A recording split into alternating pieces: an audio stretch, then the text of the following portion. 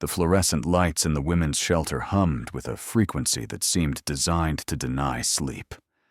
Sarah Mitchell sat on the edge of a narrow cot, her newborn daughter cradled against her chest, and watched the shadows shift across the institutional green walls. It was 3 a.m, that dead hour, when even the city outside fell into a temporary hush, and the only sounds were the breathing of other women in neighboring beds, and the occasional cry of a child somewhere down the hall. Her daughter, Emma, was 6 days old. 6 days of life lived in this place where privacy did not exist, where every possession fit into a single duffel bag, where the smell of industrial cleaner could not quite mask the underlying odor of too many lives pressed too closely together. Sarah shifted carefully, trying not to wake the baby, and felt the ache in her body that came from giving birth on a hospital gurney and being discharged 12 hours later with nowhere to go but back to this shelter. She had not imagined her life would look like this. No one ever did. At 28, she had believed she still had time to build something, to create stability.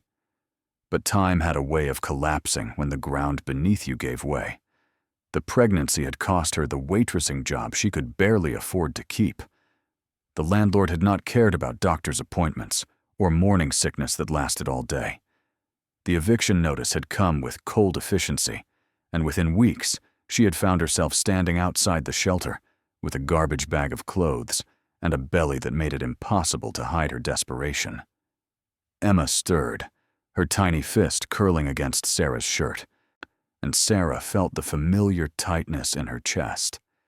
This was not the life she wanted to give her daughter, not the beginning she had dreamed of during those long nights when she still had an apartment, when she would lie awake planning a nursery she could not afford, imagining a future that seemed just barely within reach if she worked hard enough, if she was careful enough. But careful had not been enough. Hard work had not been enough. The world did not care about effort when the margins were so thin that a single missed paycheck could unravel everything. During the day, the shelter became a different kind of hell. Women moved through the cramped common areas with hollow eyes, their children clinging to them like lifelines. There were rules posted on every wall: no food in the sleeping areas, no visitors after 8 p.m. So no more than 2 personal items on the shelf above each bed. The staff were kind enough, but they moved with the weary efficiency of people who had seen too many stories like Sarah's, too many women who arrived with nothing and left with barely more. Sarah had learned to navigate the hierarchies and tensions that formed in places like this. She kept her head down, spoke when spoken to, and tried not to let anyone see how close she was to breaking. The other women were not cruel, but they were not friends either. Everyone was too focused on their own survival to offer more than brief nods of acknowledgement. In the mornings, after the breakfast shift, where volunteers served oatmeal and weak coffee, Sarah would sit in the corner of the common room and fill out job applications on the single computer terminal the shelter provided. Her fingers would hover over the employment history section, trying to explain gaps in ways that would not raise red flags, trying to make herself sound like someone worth hiring despite having no permanent address, despite needing to bring an infant to every interview, despite the exhaustion that clung to her like a second skin. No one called back. Not the fast food restaurants, not the retail stores, not the call centers. She knew why. She had seen the way managers' faces changed when she mentioned she had a newborn, the way their polite interest evaporated into vague promises to keep her resume on file. Her family was not an option. Her mother had made that clear 3 years ago when Sarah had tried to move back home after her previous relationship fell apart. "You made your choices," her mother had said, voice flat with disappointment. "You have to live with them." Her father had said nothing at all, which somehow hurt more. Her brother lived 2 states away and had not responded to her last 3 messages. The father of her child was gone. He had left the moment she told him she was pregnant, his face shutting down like a door slamming closed. She had not heard from him since, and she did not expect to. That particular wound had scarred over, but it still ached on nights when Emma cried, and Sarah felt the weight of doing this alone press down on her until she could barely breathe.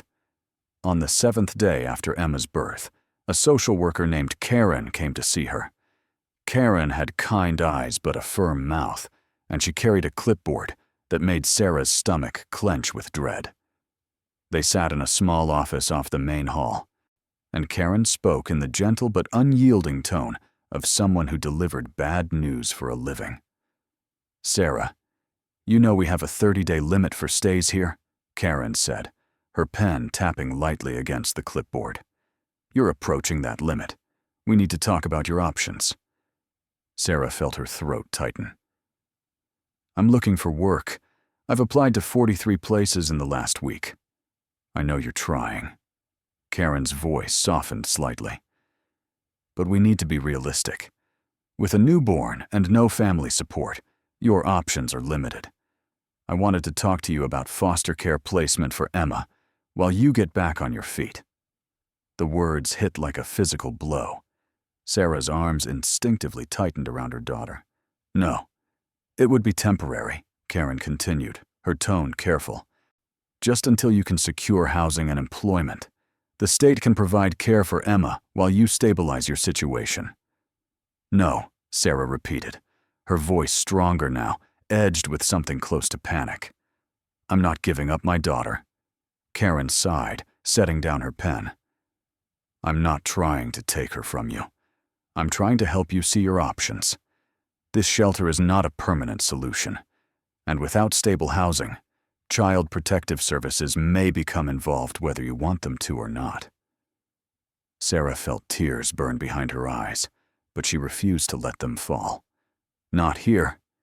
Not in front of Karen with her clipboard and her reasonable suggestions that felt like knives.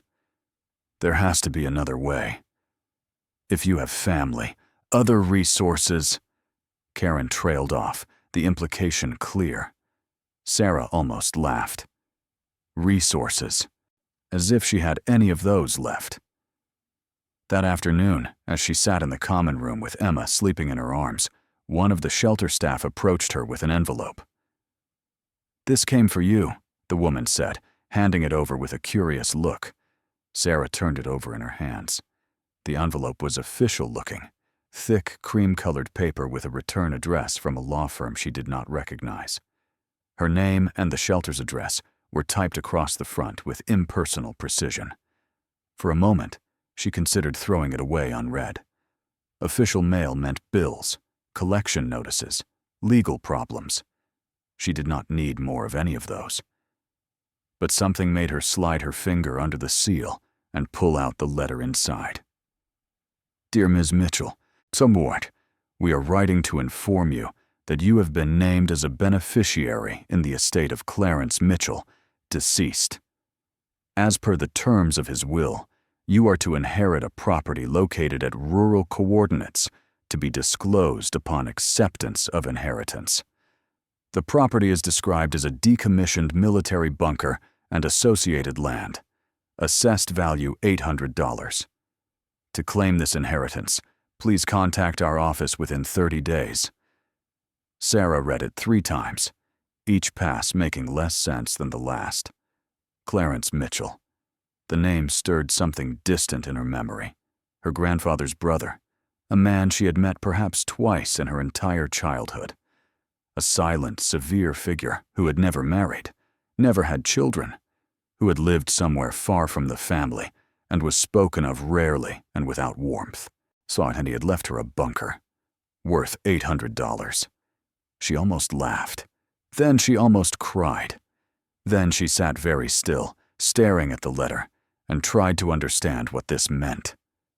That evening, she called the number listed at the bottom of the letter. A receptionist transferred her to a lawyer named Mr. Dawson, whose voice carried the kind of boredom that came from delivering small inheritances to distant relatives who probably did not care. "Ah, yes, Ms. Mitchell," he said when she gave her name. "The bunker property. It's located about 90 miles northwest of your current location. Decommissioned in the 1960s, I believe. The land is just under 3 acres. Your great-uncle purchased it at government auction decades ago and lived there on and off until his death last month." "What am I supposed to do with a bunker?" Sarah asked, her voice sharper than she intended. "That's entirely up to you. You can claim it and take possession, or you can refuse the inheritance. The property has been assessed, as I mentioned, at approximately $800. There are no outstanding liens or debts attached to it." $800. Sarah felt something bitter rise in her throat. Even in death, her family found ways to offer help that was not really help at all. "Can I sell it?" "You could try," Mr. Dawson said, his tone suggesting he did not think much of her chances. "Though I'll be frank with you, Mrs. Mitchell, decommissioned military properties are difficult to move. They require extensive work to become habitable, and most buyers aren't interested in something so remote and, frankly, decrepit. Your great-uncle was something of a recluse.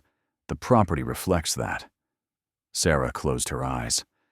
"What do I need to do to claim it?" There was a pause, as if Mr. Dawson had not expected her to ask. "You'll need to sign paperwork acknowledging receipt of the inheritance and accepting responsibility for the property. We can arrange that. Are you certain you want to proceed?"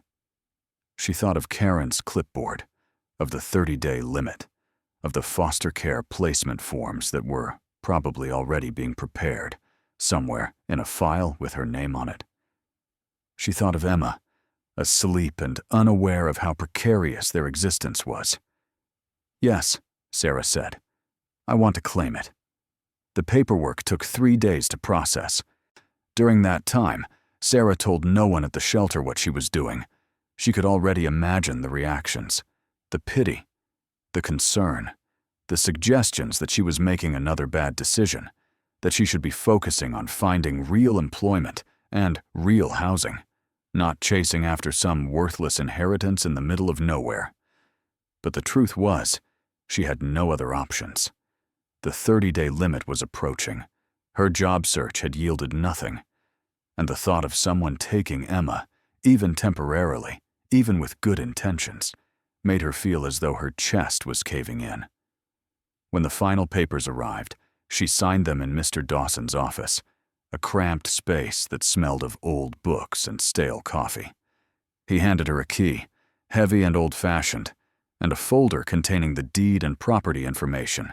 "So, the bunker is accessed through a surface structure," he explained, pointing to a grainy photograph in the folder. "It's not much to look at. There's no electricity connected to the grid, no running water. Your great-uncle used a generator and hauled water from a well. I'd strongly suggest you inspect the property before making any decisions about living there." Living there. The words hung in the air between them. "Ms. Mitchell," Mr. Dawson said, his voice gentler now, "I don't know your circumstances, but I feel obligated to tell you that this property is not suitable for habitation in its current state, especially not for someone with an infant." Sarah met his eyes. She wondered what he saw. A desperate woman making a desperate choice, a mother at the end of her rope, someone to be pitied. "Thank you for your concern," she said, taking the folder and the key. "I'll figure it out." Back at the shelter, she packed her duffel bag and made arrangements with one of the other women to drive her out to the property. The woman, Rita, was older, worn down by years of hard living, but she had a car that ran and agreed to take Sarah in exchange for $40, nearly all the money Sarah had left. They drove in near silence, Emma strapped into a borrowed car seat in the back. The city gave way to suburbs, then to rural farmland, then to stretches of empty road bordered by dense forest. The GPS on Rita's phone directed them down increasingly narrow roads until they finally turned onto a dirt track that barely qualified as a driveway. "This it?" Rita asked, peering through the windshield at the structure ahead. Sarah's heart sank. The surface entrance to the bunker was a low concrete building, maybe 20 feet square, with rusted metal doors and walls stained with decades of weather. The roof sagged slightly on one side. Weeds grew thick around the foundation, and the entire structure had an air of abandonment so complete it seemed like something out of a nightmare. "Yeah," Sarah said quietly. "This is it." Rita looked at her with something close to alarm. "You're not seriously planning to stay here?" Sarah opened her door without answering. The March air was cold and damp, carrying the smell of wet earth and rot. She lifted Emma's car seat from the back, the baby miraculously still asleep, and stood looking at the bunker while Rita idled behind her. "This is crazy," Rita called through her open window. "This place looks like it's about to collapse. Well, you should come back to the shelter. We can figure something out." Sarah turned to face her. "The 30-day limit. There's nothing to figure out. This is what I have." For a long moment, the two women looked at each other. Then Rita shook her head slowly. "Good luck," she said, though her tone suggested she thought luck would not be enough. She put the car in reverse and drove away, the sound of the engine fading into the distance until Sarah stood alone with her daughter in the silence of the woods. The key Mr. Dawson had given her was for the outer door. It took effort to turn in the corroded lock, and the hinges screamed as Sarah pulled the door open. Inside, the space was dim and cold. A short corridor led to another door, this one marked with faded military warnings and designations she did not understand. The walls were concrete, and sweating with moisture, and the floor was scattered with debris, leaves blown in over the years, bits of broken glass, scraps of fabric that might have once been clothing. Sarah set Emma's car seat down carefully and pulled out her phone, using its flashlight to illuminate the corridor. The second door was not locked. It opened onto a metal staircase leading down into darkness, so complete her phone's light could barely penetrate it. She stood at the top of those stairs for a long time, listening to the drip of water somewhere below, smelling the damp earth and rust. Every instinct told her to turn back, to call Rita before she got too far away, to admit this was insane and beg for a ride back to the shelter.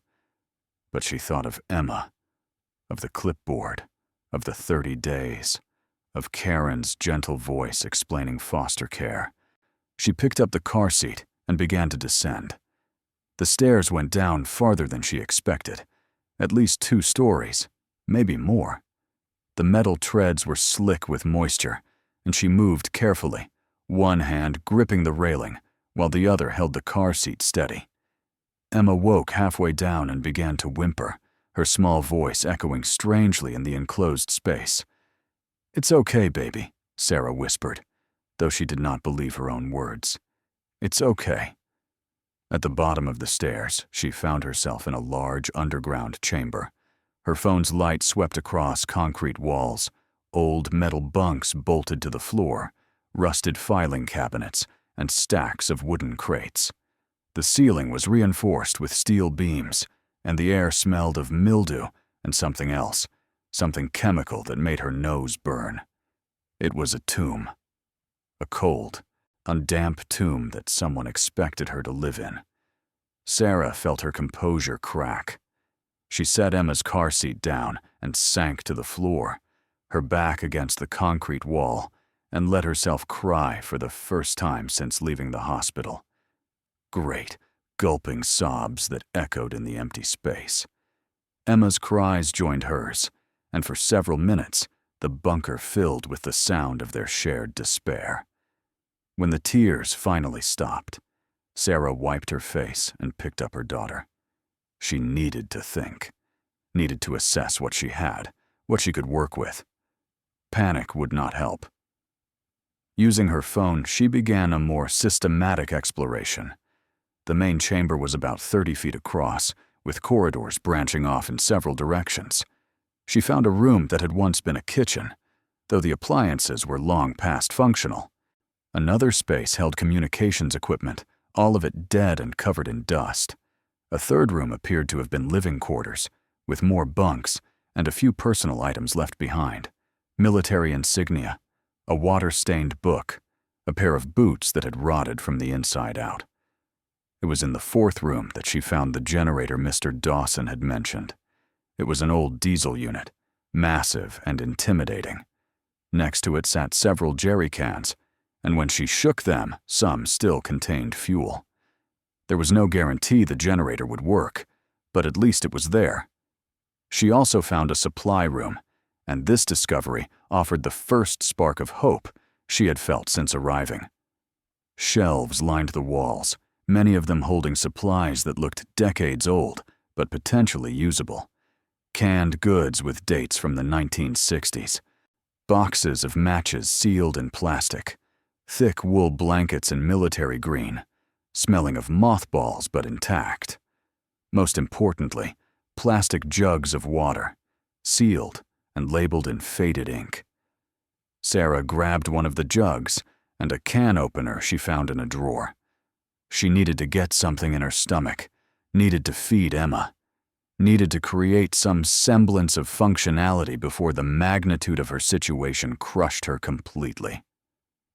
Back in the main chamber, she spread one of the blankets on the floor and set up a makeshift camp. The water in the jug tasted stale but clean. She managed to open a can of peaches, old but not spoiled, and ate them with her fingers, while Emma nursed. The sweetness on her tongue felt absurd in this place, like some kind of joke the universe was playing. As night fell above ground, the bunker became darker still. Her phone battery was draining, and she had no way to charge it. She would need to save what power remained. Using one of the matches, she lit an old lantern she had found, and its warm glow pushed back the shadows just enough to keep the panic at bay. Emma fell asleep eventually, exhausted from the day's upheaval. Sarah wrapped her in layers of the wool blankets and held her close, feeling the baby's steady breathing against her chest.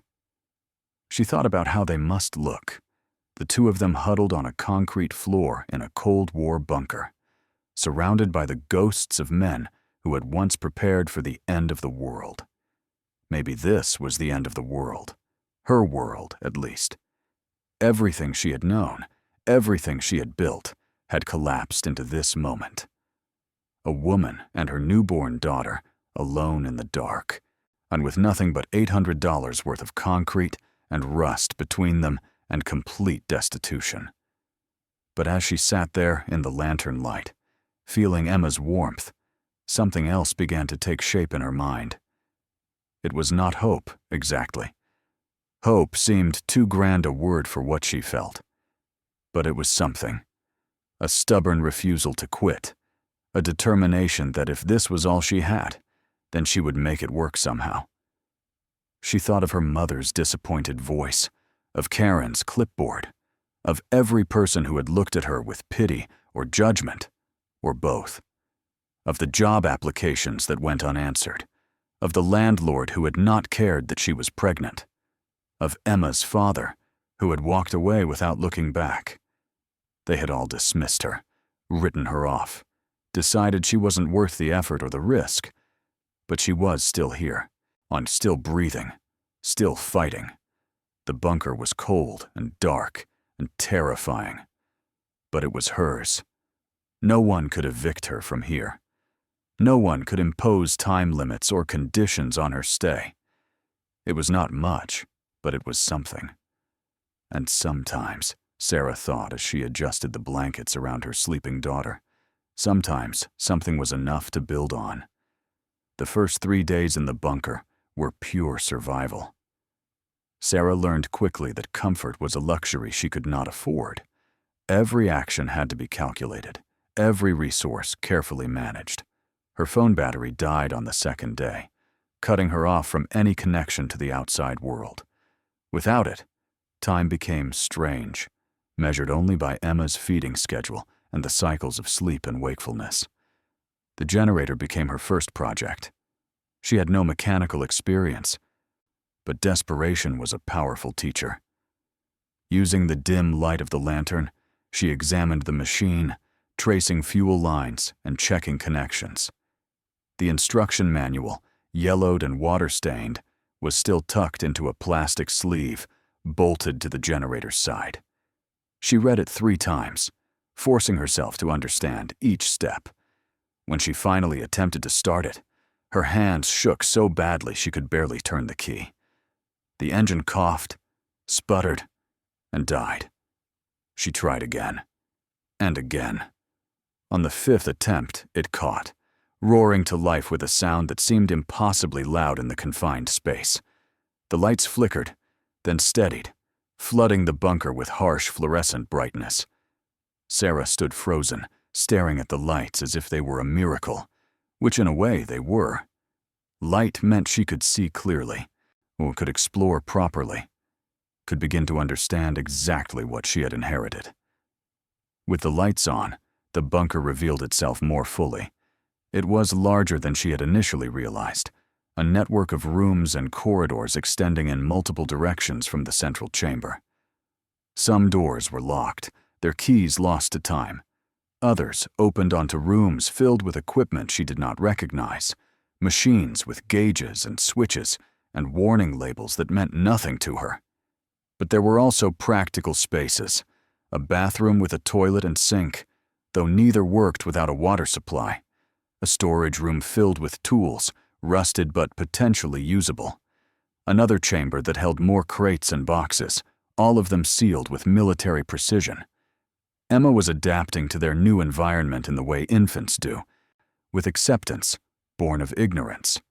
She did not know this was not normal, did not understand that most babies did not spend their first weeks of life in underground bunkers.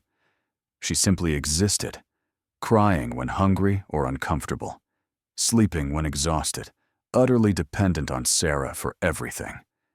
That dependence terrified Sarah more than anything else. Every time Emma cried, the sound echoed through the bunker, reminding her that she was responsible for this tiny, helpless life. That if she failed, if she made the wrong decision or missed something critical, the consequences would not be hers alone to bear. On the 4th day, Sarah began a systematic inventory of the supplies. She worked methodically, opening crates and cataloging contents. Most held exactly what she expected. Military rations long past their expiration dates, fewer outdated medical supplies, tools, spare parts for equipment that no longer existed. Nothing of real value. Nothing that could be sold to improve their situation. But she kept searching, driven by a hope she could not quite articulate. The bunker had been someone's home, however intermittently. Her great-uncle had lived here, off and on, for decades. Surely there had to be something, some resource or tool or hidden stash that could make their survival easier. It was while exploring one of the deeper corridors, in a section that showed signs of more recent habitation, that she found the first anomaly. The corridor ended at a wall, solid concrete like everything else. But when she ran her hands along it, checking for dampness or structural issues, she felt something that did not belong. A seam, barely visible, running vertically from floor to ceiling. Sarah's heart began to pound. She pressed against the wall, and nothing happened. She pushed harder, bracing her weight against it, and felt the slightest give. Not the give of damaged concrete, the give of something designed to move. She stepped back, studying the wall more carefully. There, at shoulder height, she saw it. A small indentation in the concrete, barely larger than her thumb. She pressed it, and heard a click so soft it was almost inaudible. The wall shifted, not much, maybe half an inch, but enough to reveal that it was not a wall at all. It was a door. Sarah's hands were shaking again as she pushed against it. The hidden door swung inward silently, its hinges well maintained despite the bunker's general state of decay. Beyond it lay another staircase, this one descending even deeper into the earth. She stood at the threshold, lantern in hand, staring down into darkness that her light could not penetrate. Every instinct screamed at her to close the door and walk away. to not go deeper into this place that already felt like a grave. But curiosity and desperation warred with her fear, and desperation won. Emma was asleep in her makeshift bassinet, one of the old footlockers lined with blankets. Sarah checked on her once more, ensuring she was warm and safe, then returned to the hidden door. She would only go down a little way, just far enough to see what was there. If it looked dangerous, she would come back immediately. The stairs were newer than the ones leading from the surface, their construction more modern. She descended slowly, counting steps. 20, 30, 40. At 50 steps, she reached a landing, and the stairs turned, continuing even deeper. Her lungs felt tight with the pressure of being so far underground. At 75 steps, the stairs ended at another door. This one was heavy steel, marked with warnings she could barely read in the lantern light. Authorized personnel only, restricted access, and something that made her pause. Level 3 classified. The door was not locked. The handle turned easily in her grip, and when she pushed it open, she found herself standing in a corridor unlike anything in the bunker above. This was not rusted and decaying. This section had been maintained, preserved. The walls were smooth concrete, the floor clean. Fluorescent lights, still connected to the generator above, flickered to life as she entered. Sarah's breath came in short gasps. This was not just a bunker. It was something more. Something that had been deliberately hidden and just as deliberately maintained. The corridor opened into a large room that looked like a cross between an office and a command center. Desks lined the walls, each one holding equipment that looked decades old but well preserved. Filing cabinets stood in neat rows, and along the far wall, something that made her heart stop. A massive vault door, the kind she had only seen in movies about bank heists. She approached it slowly, hardly daring to breathe. The vault was easily 8 feet tall and just as wide, its surface marked with combinations, locks, and warning labels. She tried the handle, knowing it would not open, and was shocked when it moved. The lock disengaged with a series of heavy clicks, and the door swung outward on counterweighted hinges. The room beyond stole her breath. It was not large, maybe 10 feet square, but every surface was lined with metal shelves, and on those shelves, stacked in neat rows and secured with metal bands, were boxes. Dozens of them, each one marked with official-looking stamps and serial numbers. Sarah set the lantern down and reached for the nearest box. Her hands trembled so badly she nearly dropped it. She set it on the floor and carefully opened the lid. Inside, nestled in foam padding, were bundles of currency. Not modern bills, but older ones, carefully preserved. She lifted one bundle, feeling its weight, and saw the denomination: $100. The bundle contained 100 bills, $10,000 in a single stack. There were 10 stacks in the box. She opened another box. More currency, these denominations even higher. And another. And another. Some boxes held coins, gold ones that gleamed in the lantern light even through layers of protective coating. Others contained documents, bonds, certificates that she did not understand, but which looked official and valuable. One box held nothing but gems, loose stones in clear plastic cases, each one labeled with weights and classifications she could not interpret. Sarah sat down hard on the concrete floor, surrounded by opened boxes, and tried to process what she was seeing. This was not possible. Could not be possible. But the evidence was there in her hands, solid and undeniable. She spent hours in that vault, opening boxes, cataloging in her mind what she found. There was too much to count, too much to even fully understand. But one thing became clear as she worked. Whatever her great-uncle had been, however he had acquired all of this, he had been sitting on a fortune he had hidden in the depths of this bunker and apparently never touched. Questions flooded her mind. How had he gotten this? Why had he left it here? Had he been planning to use it and simply never had the chance? Or had it been deliberately hidden, waiting for someone to find it? And most importantly, was it legal for her to keep it? That question haunted her as she finally closed the vault and made her way back up to the main level. Emma had woken and was crying, her wails echoing through the bunker. Sarah picked her up, soothing her automatically while her mind spun. She had found wealth beyond anything she could have imagined, enough to solve every problem, to secure Emma's future, to never worry about money again. But she had also found a mystery and potentially a danger. Money like that did not appear by accident, and people did not hide fortunes unless they had reasons to keep them secret. As she fed Emma, her back against the cold concrete wall, Sarah tried to think clearly. She needed information, needed to understand what she had found and what it meant. But she had no phone, no internet, no way to research or contact anyone. For now, all she could do was keep the discovery secret. Tell no one. Figure out her next move carefully. Because whatever this inheritance truly was, it had just become the most important thing in her life. And she would do whatever it took to protect it.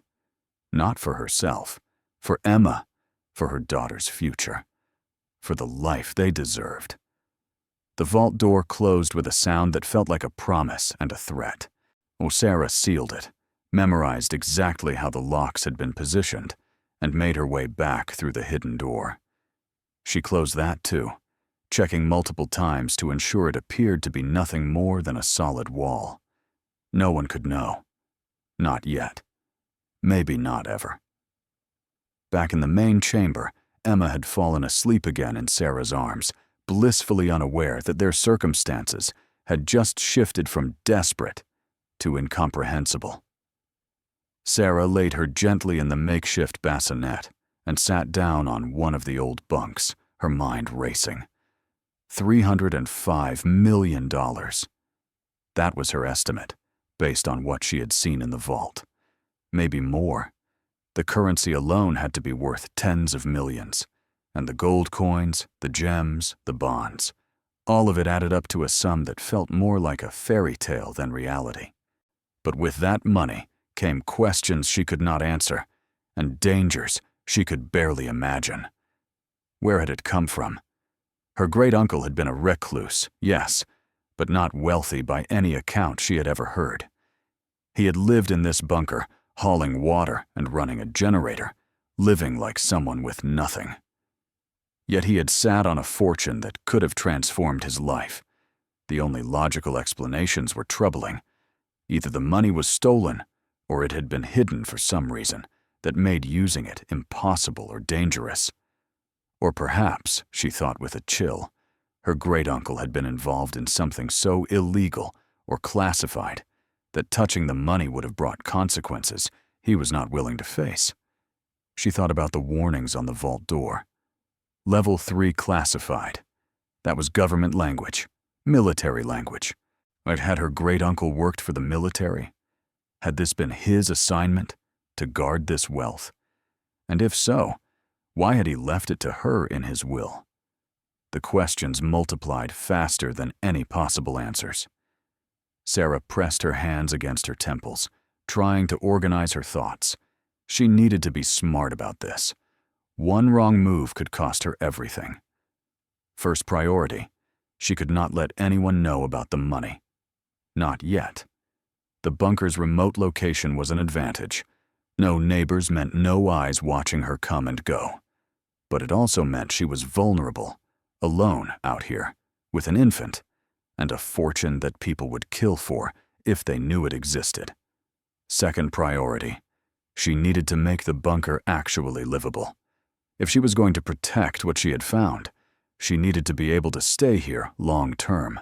So that meant fixing basic problems, getting water flowing, making sure the generator remained operational, creating a safe, warm space for Emma. Third priority, she needed to understand the legal situation. Was this money rightfully hers as part of the inheritance? Or would claiming it bring federal investigators down on her head? She needed information, but gathering it without revealing what she had found would require careful planning. Sarah stood and began pacing the chamber, her boots echoing on the concrete. The bunker that had seemed like a cold tomb just hours ago now felt different. It was still cold, still tomb-like, but it was also a fortress, a place where she could hide, protect, and plan. Over the next several days, she focused on making the space functional. Using tools from the storage rooms, she managed to connect a water line from the well her great-uncle had used.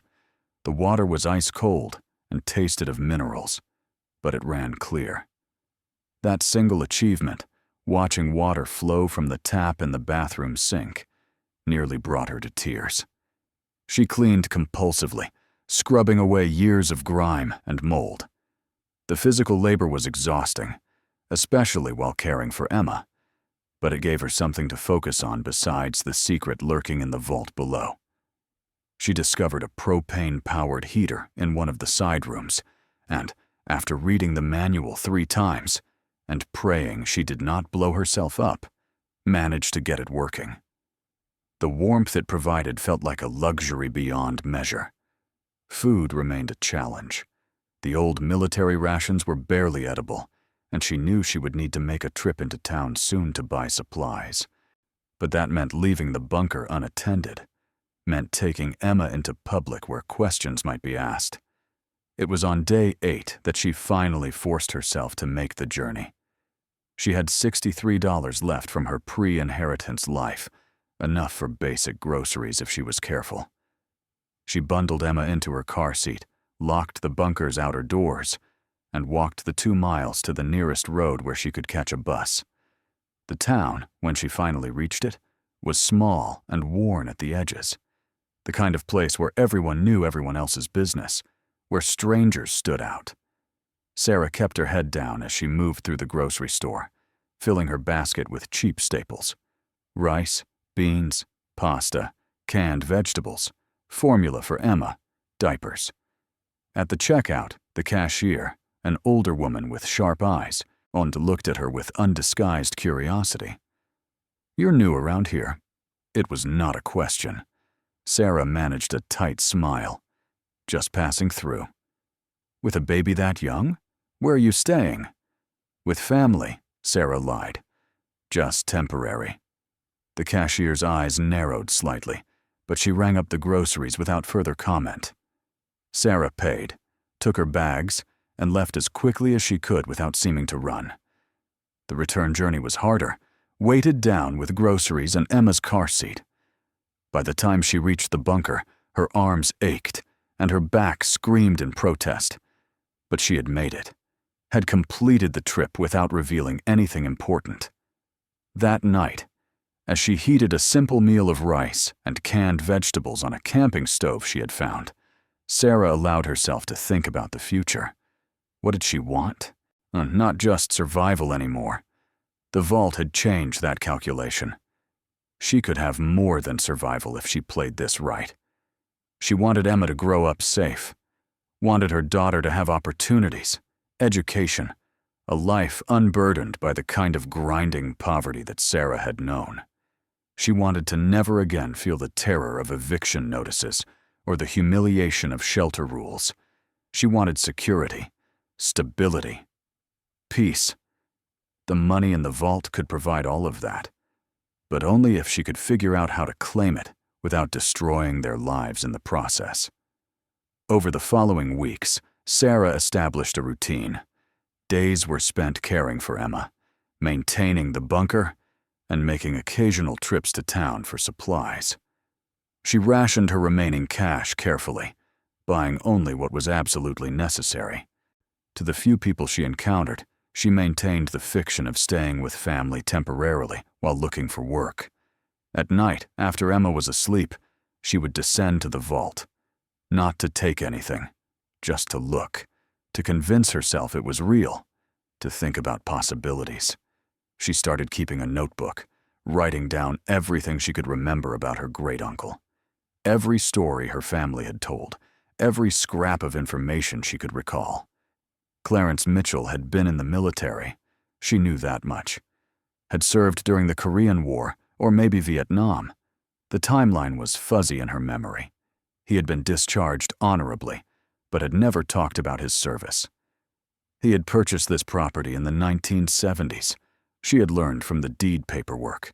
Had lived here on and off for decades. No one in the family had visited him, and no one had really known him. He had died alone, in a VI hospital 3 towns over, and the only reason anyone had known to contact Sarah was because her name was in his will. Why her? That question haunted her more than any other. She had met the man twice, barely remembered what he looked like. Why would he leave his property, and by extension the fortune hidden within it, to her? Unless he had known she would need it, or known that she was the only one who might be desperate enough to actually claim what everyone else would see as a worthless inheritance. The thought gave her chills. Had he planned this? Left her? This impossible gift, this impossible burden, knowing what it would mean. She would never know the answer. Clarence Mitchell had taken his reasons to the grave.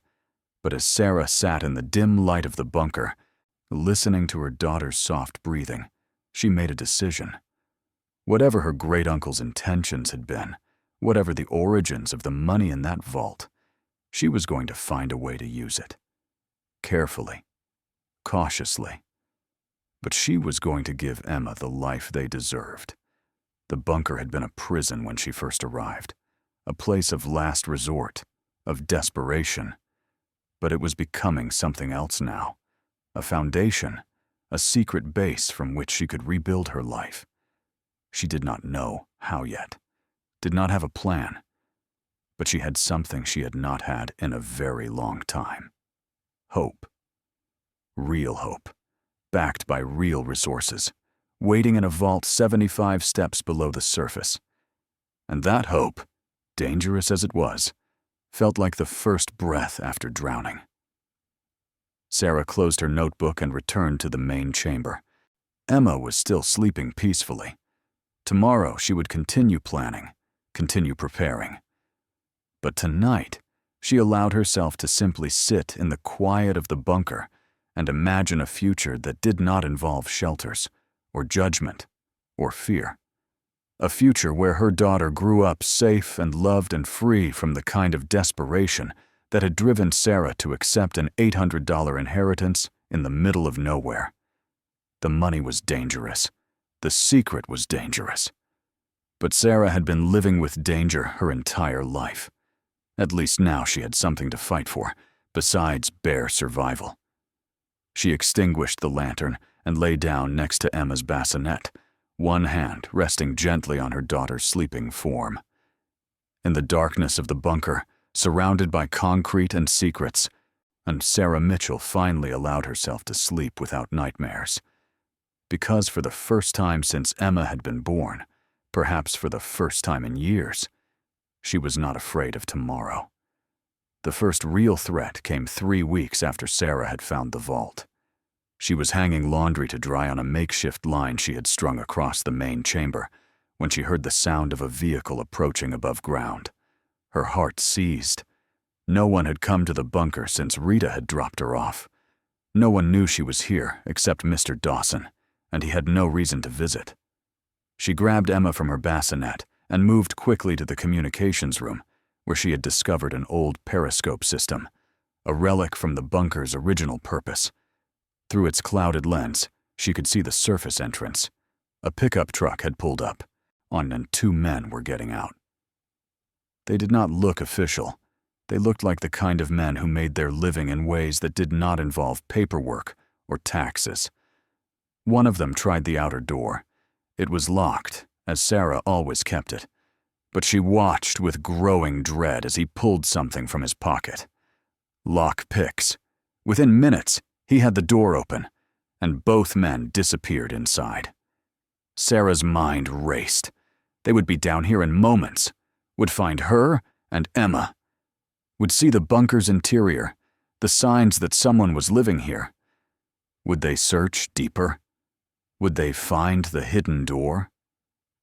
She made a split-second decision. Clutching Emma tightly, she moved into the deepest corridor, into the section that led to the hidden door. She slipped through it, closing it behind her as silently as possible, and descended the stairs in darkness. Her phone had long since died, and she had no light source. But she had memorized these stairs, counted them so many times that her feet knew the way. At the bottom, in the corridor leading to the vault, she pressed herself against the wall and waited. Emma, as if sensing the danger, remained quiet against her chest. Sarah could hear the men above, their boots echoing on the metal stairs, their voices carrying down through the bunker's acoustic quirks. "Place is a dump," one of them said. "Nothing here worth taking." Old Clarence lived here for years, had to have something stashed away. Check the storage rooms. The voices faded as they moved deeper into the upper level. Sarah waited, every muscle tense, hardly daring to breathe. Minutes stretched into an eternity. She heard crashes, the sound of crates being opened and discarded, furniture being moved. The men were tearing through the bunker, looking for anything of value. After what felt like hours, but was probably 30 minutes, she heard them ascending the stairs, their voices frustrated and empty-handed. The outer door slammed, and the sound of the truck engine faded into the distance. Sarah remained in the darkness for another 10 minutes before daring to move. When she finally climbed back up, Emma had started to cry, her small wails filling the concrete corridors. The upper level was chaos. Crates had been overturned, their contents spilled across the floor. Her carefully organized supplies were scattered. The men had even torn into the walls in places, checking for hidden safes. But they had not found the hidden door, or had not suspected that the bunker went deeper, had left convinced there was nothing here worth their time. Sarah sank to the floor amid the destruction and let Emma's cries wash over her. They had been lucky. This time. But the men knew about the bunker now, knew she was here. They might come back, or they might tell others. The isolation that had felt like protection now felt like vulnerability. She was alone out here with an infant and a fortune, and people were starting to circle. That night, after cleaning up as much as she could, Sarah made a decision. She needed to understand exactly what she had found, needed to know if the money was legal to keep, and needed to figure out how to protect herself and Emma.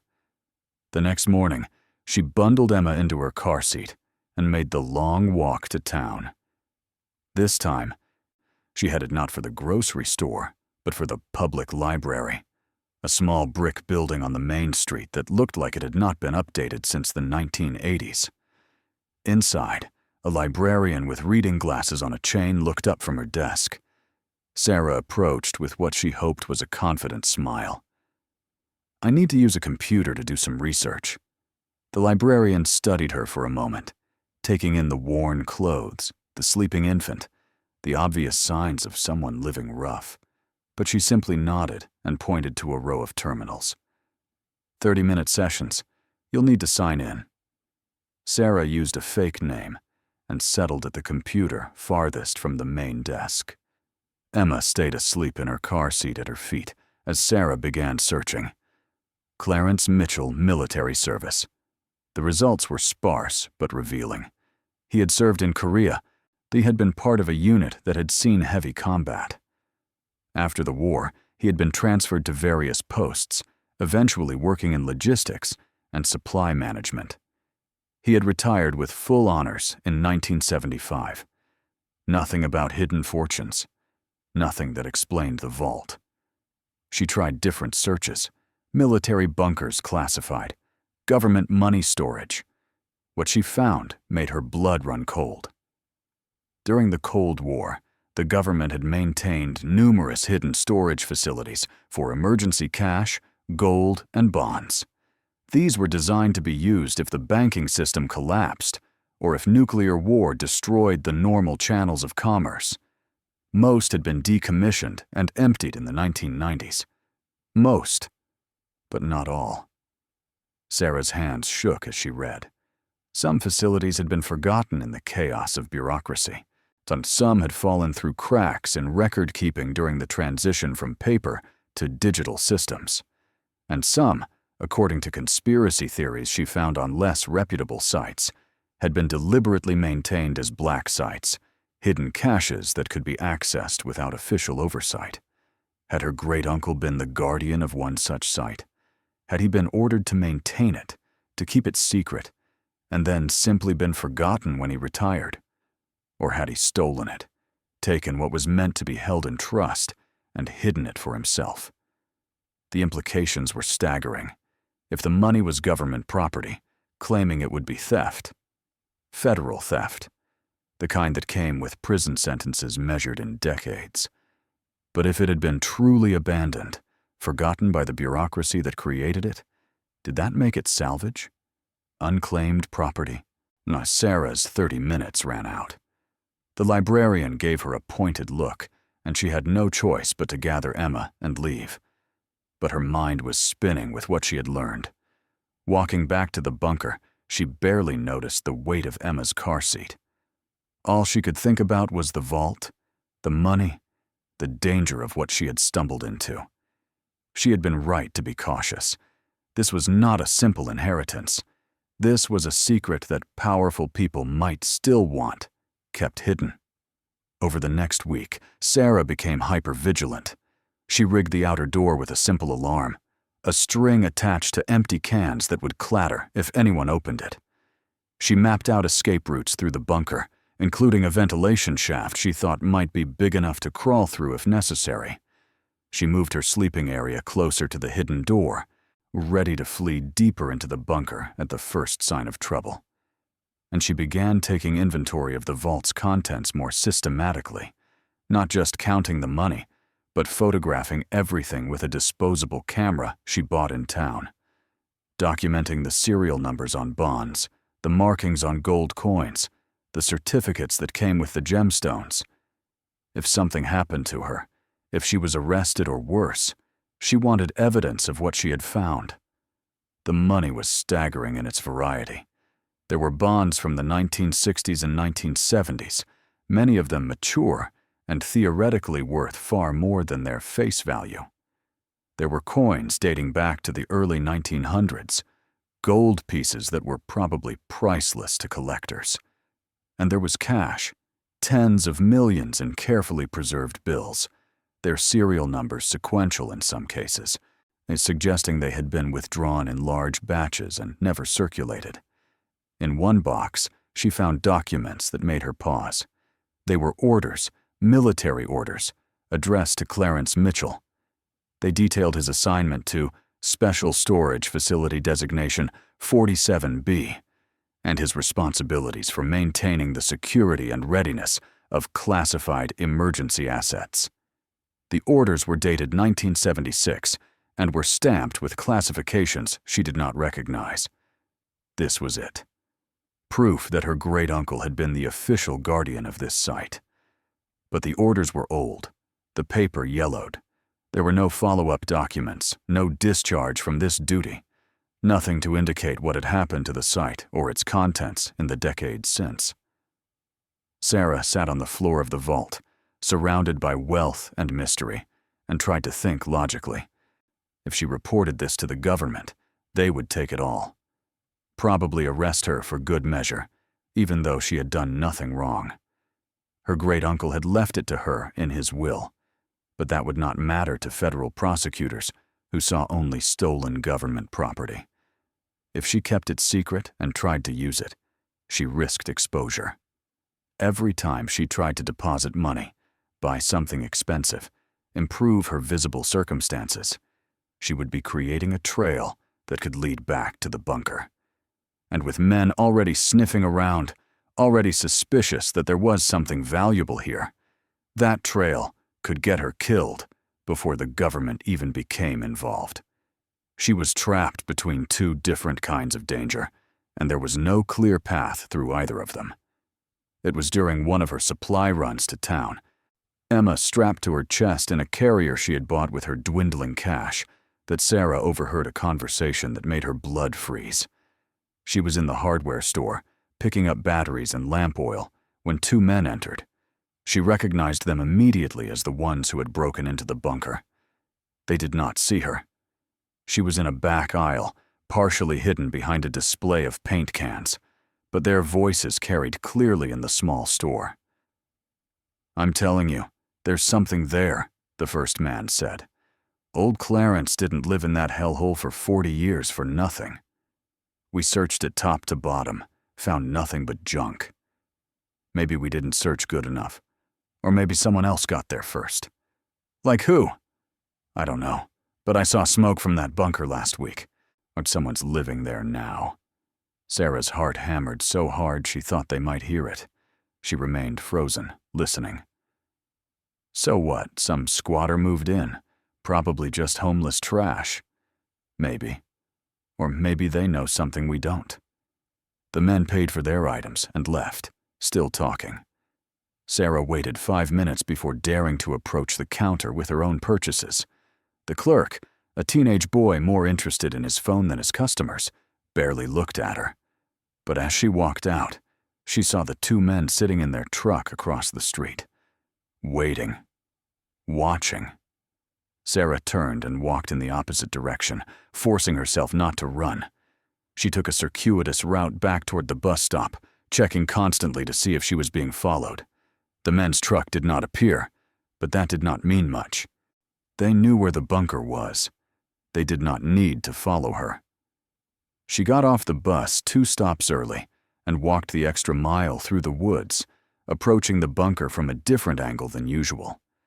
Everything looked undisturbed, but the sense of being watched had settled into her bones and would not let go. That night, she barely slept. Every sound was a threat. Every creak of the bunker settling was footsteps above. Emma sensed her tension and fussed more than usual, her cries echoing through the concrete chambers like alarm bells announcing their presence. By morning, Sarah had made a decision. She could not stay here indefinitely, hiding and hoping the men would lose interest. She needed leverage, needed some kind of protection. And there was only one way she could think of to get it. She needed allies, and people who knew her secret and had a stake in helping her protect it. But who? She had no family she could trust, no friends. The lawyer, Mr. Dawson, was a possibility, but involving him meant revealing the vault, and she had no idea how he would react. He might insist she turn it over to the government, might report her himself. She thought about the librarian who had shown her quiet kindness, about the clerk at the grocery store who always slipped an extra can of formula into her bag without charging for it. Small acts of humanity from strangers who did not know her story. Were any of them trustworthy enough to confide in? The answer, she knew, was no. Trust was a luxury she could not afford. So instead, she focused on making the bunker more secure. She used some of the money from the vault, just a few thousand in old bills that would not be immediately traceable, to buy supplies. Heavy locks for the doors, motion sensors, even a small solar panel setup she could use to keep her new phone charged without relying entirely on the generator. She made multiple trips to different towns, never buying too much from any one place, never establishing a pattern. It was exhausting work, made harder by having to bring Emma everywhere. But slowly, the bunker transformed from a vulnerable hiding place into something approaching a fortress. She also began studying the documents more carefully, the military orders, the classifications, the dates. She cross-referenced what she could at the library, piecing together a picture of her great-uncle's service. He had been part of a program, that much was clear. a program that maintained emergency reserves in classified locations across the country. Most of these sites had been closed down after the Cold War ended, their contents returned to Fort Knox or destroyed. But Site 47B, her bunker, was not on any list of decommissioned facilities she could find. It had simply disappeared from the records. Forgotten or deliberately erased, she could not tell which. The implications were both terrifying and liberating. If the government had no record of this site's existence, they could not claim the money was theirs. It would be her word against their lack of documentation. A legal nightmare, certainly, but not an automatic loss. That hope, fragile as it was, kept her going through the long days and longer nights.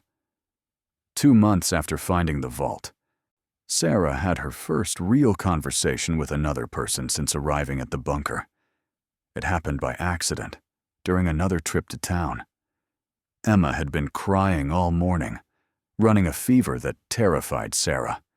She had walked to the small medical clinic on the edge of town, desperate and terrified. The doctor, an older woman with kind eyes and capable hands, examined Emma quickly. "Just a cold," she said, her voice reassuring. "Common in babies. Keep her hydrated. Use a cool cloth for the fever. She'll be fine in a few days." Sarah felt tears spring to her eyes, relief overwhelming her so completely she could barely speak. "Thank you." The doctor studied her more carefully. "You're new around here. What's your name?" Sarah hesitated, then decided on a partial truth. "Sarah Mitchell. I inherited my great-uncle's property out by the old military base." Recognition flickered in the doctor's eyes. "Clarence's niece. I heard he'd passed. I'm sorry for your loss." "You knew him?" "Not well. He came in occasionally for his prescriptions, kept to himself mostly." The doctor paused, then added gently, "That property isn't much. If you need help, there are programs." "I'm managing," Sarah said quickly. Too quickly. The doctor's eyes narrowed slightly, but she did not press. Instead, she wrote something on a prescription pad and handed it to Sarah. "This is my personal number. If Emma gets worse, or if you need anything, call me, day or night." Sarah took the paper, touched by the unexpected kindness. "I don't have much money. No charge. Consider it a welcome to the community." Walking back to the bunker, Sarah felt something shift inside her. The doctor had not judged her, had not pried, had simply offered help. It was the first genuine human connection she had felt in months, and it reminded her of something she had almost forgotten, that not everyone was a threat. That kindness still existed in the world. But that moment of warmth was shattered 3 days later when she returned from foraging for firewood and found fresh tire tracks near the bunker entrance. Someone had been here again. The outer door was still locked, her alarm system undisturbed, but the tracks were clear evidence that she was being watched more carefully than she had realized. That night, Sarah descended to the vault and began the slow, careful process of moving some of the money. Not all of it. That would take weeks. But enough to create a backup plan. She found an old military ammo box in storage, waterproofed and sturdy, and filled it with cash and a few of the smaller gold pieces. Maybe $100,000 worth in total. In the darkest hour of the night, she carried the box out into the woods and buried it a half-mile from the bunker, marking the spot carefully in her mind and on a hand-drawn map she kept hidden in Emma's diaper bag. If she had to run, if the bunker was compromised, she would have something to fall back on.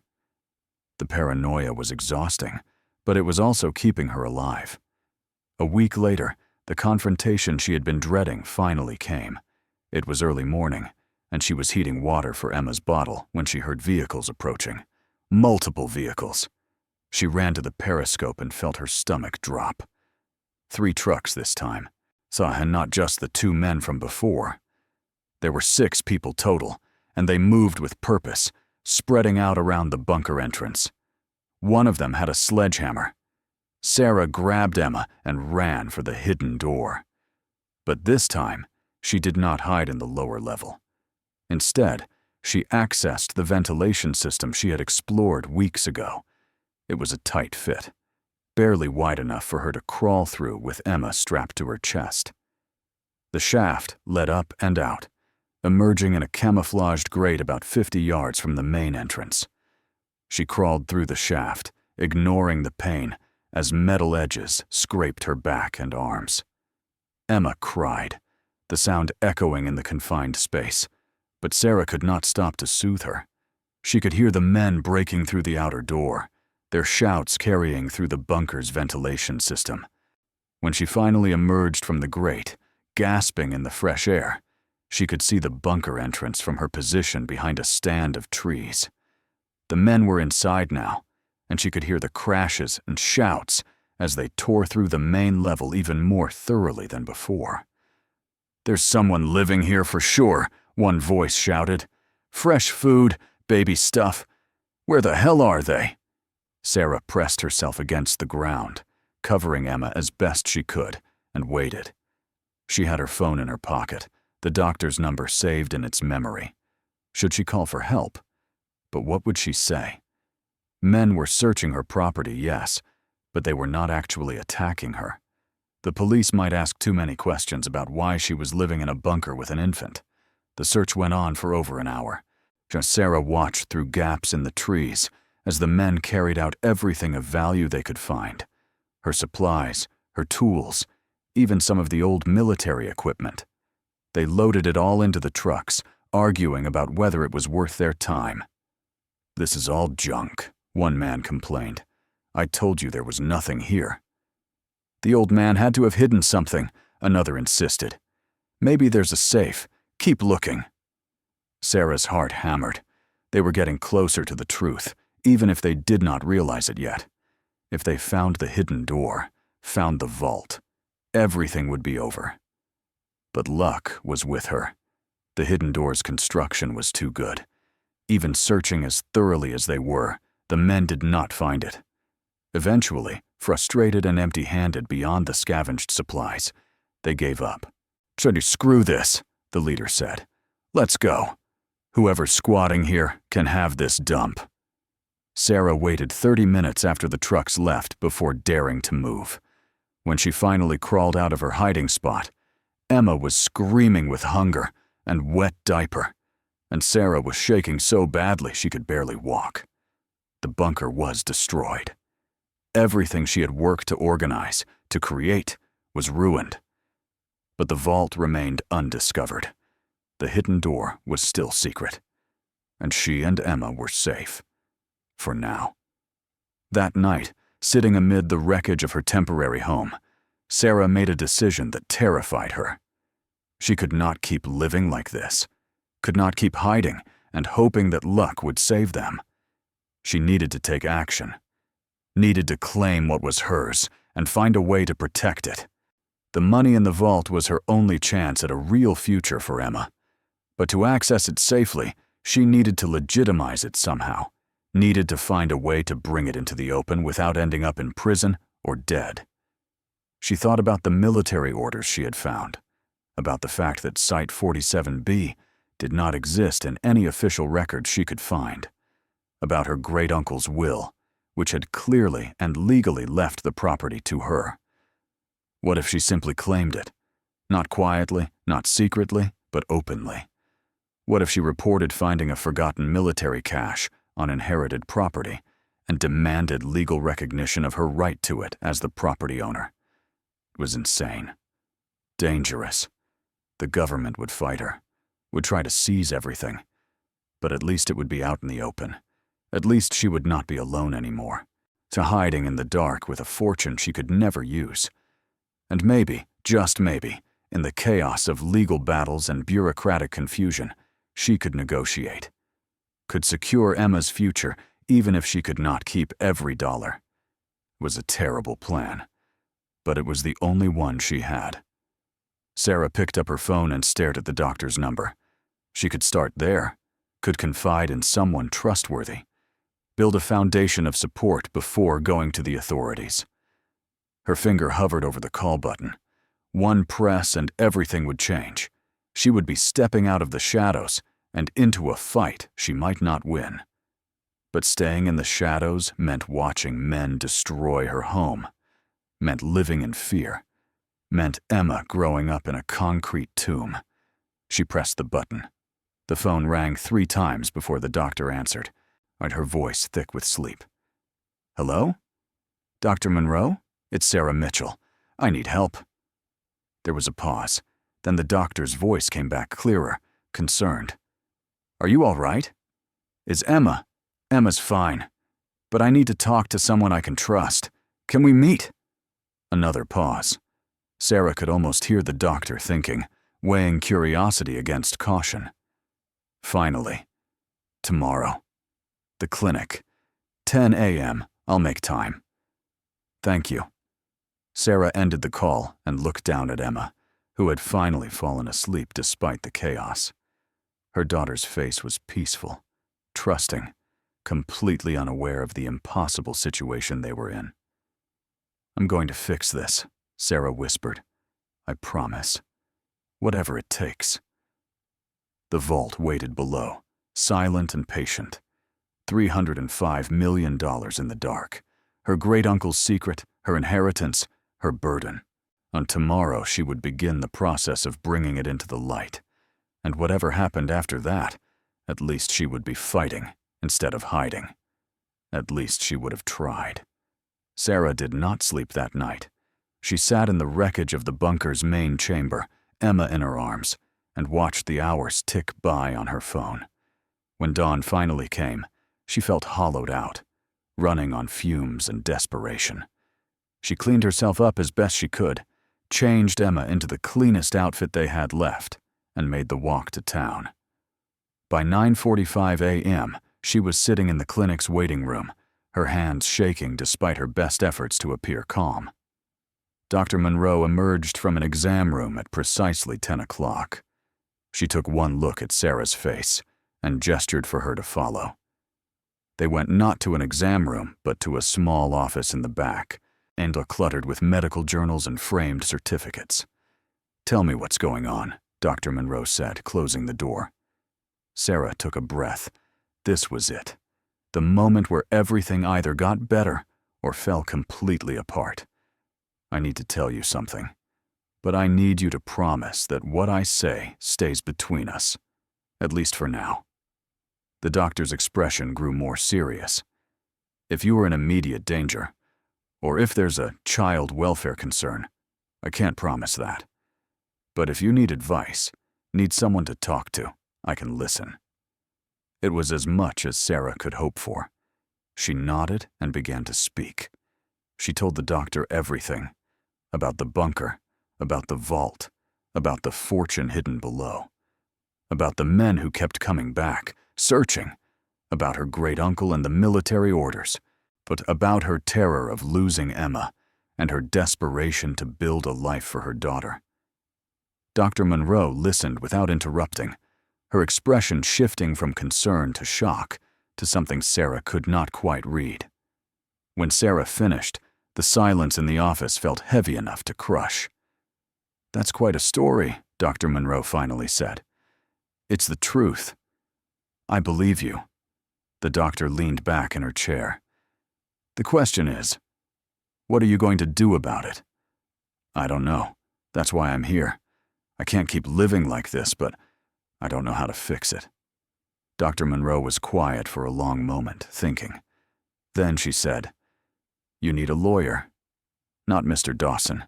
He handled the inheritance. But someone who specializes in property law and government claims. Someone who can help you navigate this legally." "I can't afford." "I know someone, Doctor," Monroe interrupted. "A friend from medical school who went into law instead. She does work pro bono sometimes, for people who need help and have nowhere else to turn.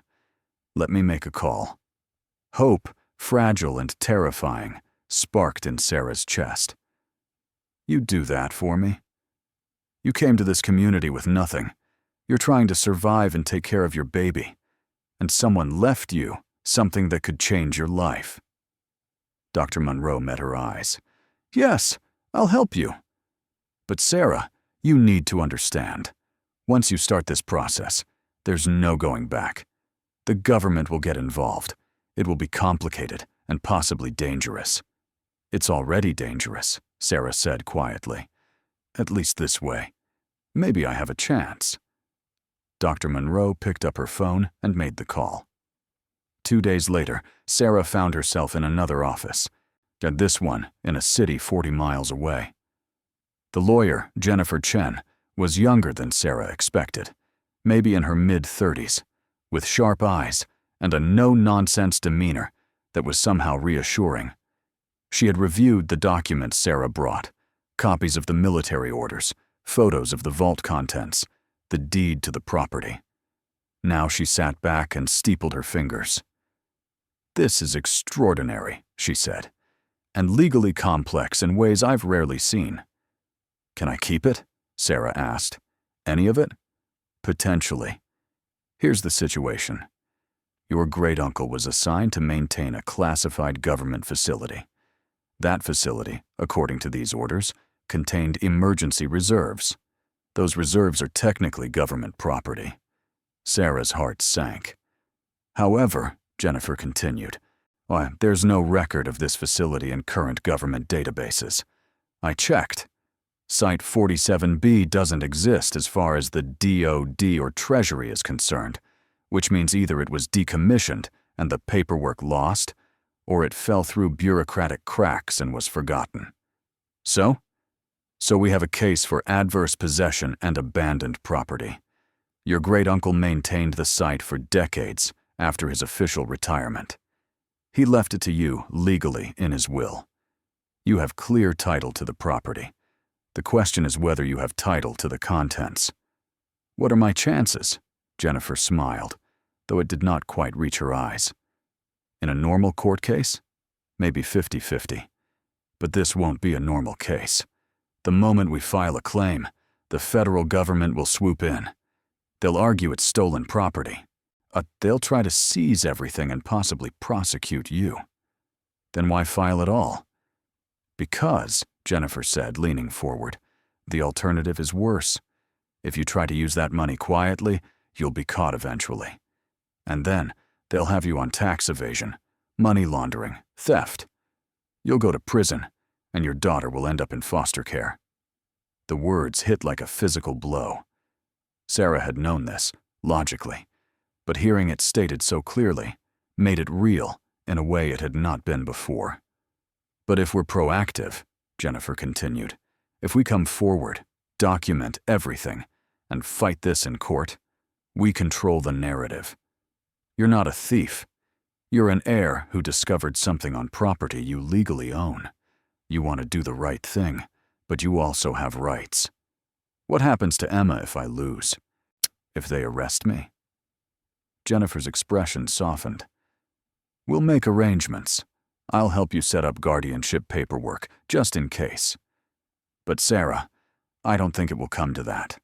The government doesn't want the publicity of prosecuting a homeless single mother who is trying to care for her baby. And the legal ambiguities here are significant. I think we can negotiate." "Negotiate what?" "A settlement. Maybe you don't keep all 300 million, but maybe you keep enough. Enough to secure Emma's future. Enough to never be homeless again." Sarah looked down at her daughter, asleep in the carrier against her chest. Enough. That word carried so much weight. She did not need $300 million. She just needed enough to give Emma a chance. "Okay," she said. "Let's do it." Jennifer nodded. "I'll start preparing the paperwork. This will take a few weeks to put together properly. In the meantime, you need to document everything at the bunker. Take photos, make lists, get everything on record. And Sarah?" She waited until Sarah met her eyes. "Be careful. Once word gets out, things are going to get complicated." Sarah returned to the bunker that afternoon with a strange mixture of dread and relief. The decision had been made. There was no turning back now. Whatever came next, at least she was facing it head-on instead of cowering in the dark. Over the next 3 weeks, she worked tirelessly to document the vault's contents. She photographed every box, every bundle of cash, every coin and certificate and bond. She created detailed lists, crossing off items as she cataloged them. It was tedious, exhausting work, made harder by having to care for Emma at the same time. But it was also empowering.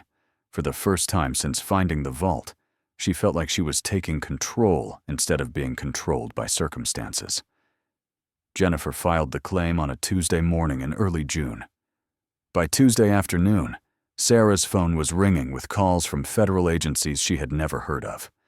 By Wednesday, men in suits were at the bunker entrance, flashing badges and demanding access. Sarah, following Jennifer's instructions, met them at the outer door. "I'm not preventing you from entering," she said, her voice steadier than she felt. "But everything inside is part of an active legal claim. My lawyer has instructed me to document any removal of items." The lead agent, a man named Fisher, looked at her with undisguised frustration. "Ms. Mitchell, this is government property. We're seizing it under federal law. Then seize it properly, with paperwork, with witnesses. I'm not going to make this easy for you to sweep under the rug." Fisher's jaw tightened, but he nodded. "Fine. We'll do it by the book." Over the next 2 days, federal agents descended on the bunker. They photographed everything, just as Sarah had. They cataloged every item in the vault. They interviewed her repeatedly, asking the same questions in different ways, trying to trip her up, to find evidence that she had stolen the money or known about it before her great-uncle died. But Sarah stuck to her story because it was the truth. She had inherited the property. She had discovered the vault by accident. She had immediately contacted a lawyer once she understood what she had found. She had done nothing wrong. The media got wind of the story within a week. Suddenly, Sarah Mitchell was a name people knew. Headlines screamed about the bunker fortune and hidden military millions. Reporters showed up at the bunker, trying to interview her. She declined them all, following Jennifer's advice to let the legal process play out before talking to the press. But the attention brought its own problems. The men who had been searching the bunker, who had terrorized her for months, saw the news reports and realized they had been so close to a fortune. One of them, the leader named Cray, tried to file his own claim, arguing that he had been friends with Clarence Mitchell and had been promised a share of any inheritance. Jennifer demolished his claim in court within a week, producing evidence that Cray had broken into the bunker multiple times and had destroyed property and had no legal standing whatsoever. The judge threw out his claim and issued a restraining order, but the damage was done. Now everyone knew that Sarah Mitchell, homeless single mother, had stumbled onto $300 million in a forgotten military bunker, and everyone had an opinion about what should happen to it. The government argued it was stolen property that needed to be returned to the Treasury. Sarah's lawyers argued it was abandoned property on land she legally owned. The judge, an older man named Reynolds, who looked perpetually exhausted by the case, ordered the money to remain sealed pending a full trial. The trial date was set for September, 3 months away. 3 months in which Sarah's life existed in a strange limbo. She could not access the money, but she could not be evicted from the bunker either, since the government's seizure of the vault had made it an active crime scene of sorts. Dr. Monroe helped arrange temporary housing for Sarah and Emma, a small apartment above the clinic that the doctor's grandmother had once lived in. It was charity, Sarah knew, but she accepted it gratefully. Living in the bunker had become impossible with federal agents coming and going, with reporters lurking, with curious townspeople driving by to see where the fortune had been hidden. In that apartment, Sarah tried to create some semblance of normal life for Emma. The baby was growing, changing, becoming more aware of the world around her. She deserved better than the chaos that had defined her first months of life. Sarah found a job, too. The grocery store clerk, who had always been kind to her, offered her part-time work, stocking shelves at night when the store was closed. It did not pay much, but it was honest work, and it gave her something to do besides worry about the trial. The summer passed in a blur of legal preparations, depositions, and mounting anxiety. Sarah spent her days working at the grocery store and caring for Emma, while her nights were consumed by meetings with Jennifer and her legal team. They rehearsed testimony, reviewed documents, and prepared for every possible angle the government's lawyers might take. The prosecution's strategy became clear early on. They would portray Sarah as an opportunist who had stumbled onto stolen government property and was now trying to keep it through legal technicalities. They would argue that Clarence Mitchell had been a thief, that he had violated his oath and his duty by maintaining the vault for personal gain, and that Sarah was complicit in that theft by claiming the money as her inheritance. Jennifer's counter-strategy was equally straightforward: prove that the government had abandoned Site 47B, that no official records existed of its contents or location, and that Sarah had acted in good faith by reporting her discovery and seeking legal guidance. She would paint Sarah not as a thief, but as a survivor, a homeless mother who had been given an unexpected chance and had chosen to do the right thing. The trial began on the first Tuesday of September. The courthouse was packed. Media from across the country had descended on the small town, their satellite trucks clogging the streets.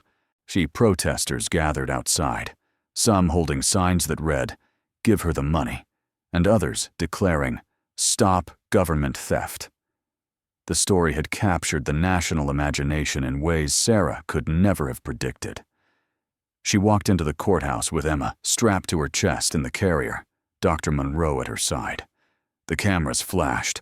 Reporters shouted questions, but Sarah kept her eyes forward and said nothing. Jennifer had been clear. Let the case speak for itself.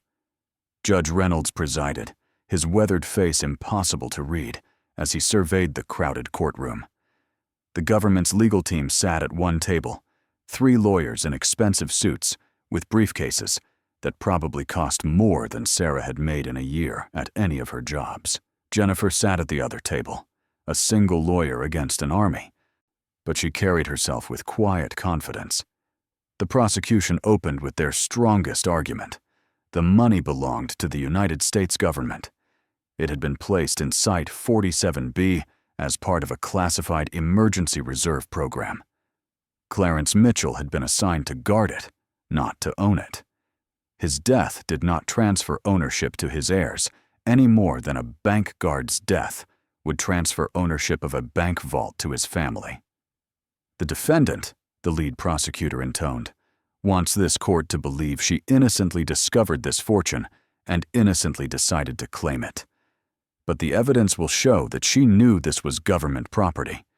She knew it was not hers to take, and yet she filed a legal claim attempting to keep what rightfully belongs to the American people. Jennifer's opening statement was simpler and more powerful. Sarah Mitchell was homeless. She had a newborn daughter and nowhere to go. She inherited property that everyone, including the government's own appraiser, said was worth $800. She accepted that inheritance, not because she expected to find fortune, but because she had no other choice. When she discovered what was hidden in that bunker, she did not run. She did not hide. She did not try to steal. She sought legal counsel and reported her discovery. The question before this court is not whether the money originally belonged to the government. The question is whether the government has any claim to property it abandoned, property it forgot existed, and property it made no effort to secure or recover for more than 40 years. The first week of trial focused on establishing the history of Site 47B. The prosecution called witnesses from the Department of Defense, from Treasury, from the National Archives. All of them testified that facilities, like Site 47B, had been created during the Cold War, that they had contained emergency reserves, and that protocols existed for their decommissioning. But under Jennifer's cross-examination, cracks appeared in their testimony. None of them could produce records showing that Site 47B had been officially decommissioned. None could explain why it did not appear in any database of military facilities. When Jennifer asked one witness point-blank whether the government had any record of what was supposed to be stored at Site 47B, the man had to admit they did not. "So you're telling this court," Jennifer said, her voice calm but relentless, "that the government is claiming ownership of property it has no record of, at a facility it has no record of, based on protocols that were apparently never followed?" "We believe the facility existed," the witness said stiffly. "The evidence is clear. The evidence was discovered by my client on property she legally owns, property the government assessed at $800. If this facility was so important, why did no one notice it was missing for 40 years? The witness had no good answer. The second week brought testimony about Clarence Mitchell. The prosecution tried to paint him as a thief who had gone rogue, who had maintained the vault for his own purposes. But they could produce no evidence that he had ever spent any of the money, ever lived beyond his means, ever done anything but fulfill his duty as he understood it. Jennifer called witnesses who had known Clarence, the VA hospital staff who had cared for him in his final days, neighbors who remembered him as a quiet, solitary man who lived simply. Dr. Monroe, who testified that Clarence had been a regular patient who never showed signs of wealth and had often struggled to pay for his medications. "Does this sound like a man who stole $300 million?" Jennifer asked the jury. "Or does it sound like a man who was forgotten by the bureaucracy he served, who continued to do his duty long after anyone remembered to relieve him of it?" Sarah herself took the stand in the third week. She had been dreading this moment, so knowing the prosecution would try to make her look greedy, calculating, opportunistic. But as she sat in the witness box with Emma sleeping in Dr. Monroe's arms in the gallery, she felt a strange calm settle over her. Jennifer led her through the story gently. The shelter, the 30-day limit, the letter from Mr. Dawson, the decision to claim an inheritance everyone else would have rejected. "Why did you accept the bunker?" Jennifer asked. "Because I had nowhere else to go," Sarah said simply. "Because I was about to lose my daughter to foster care, because $800 worth of concrete and rust was more than I had. When you found the vault, why didn't you just take the money and disappear?" Sarah met Jennifer's eyes. "Because it wasn't mine. I knew that. But I also knew that if I reported it, I might lose everything. I was terrified. So I did what I thought was right. I documented everything. I sought legal advice, and I made a claim. Not because I'm greedy, but because my daughter deserves a chance at life. And I thought maybe this was that chance." The prosecution's cross-examination was brutal. They tried to trip her up on timelines, to suggest she had known about the vault before claiming the inheritance, to imply she had planned this all along.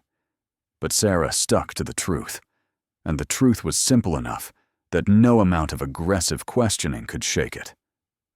"Ms. Mitchell," the prosecutor said, his voice dripping with skepticism, "you expect this court to believe that you, a homeless woman with no resources, will just happen to inherit property with $300 million hidden inside." "I don't expect anyone to believe anything," Sarah said quietly. "I'm just telling you what happened. Whether you believe it or not doesn't change the truth." The prosecutor spent another hour trying to break her testimony, but Sarah held firm. When she finally stepped down from the witness stand, she saw something in the jury's faces that looked like sympathy, maybe even respect. The fourth week brought expert witnesses. Forensic accountants testified about the age and authenticity of the money in the vault. All of it was genuine, they confirmed. All of it matched the period when Site 47B would have been active. The serial numbers on the bills were sequential, suggesting they had been withdrawn from circulation in large batches, exactly as emergency reserve protocols would have required.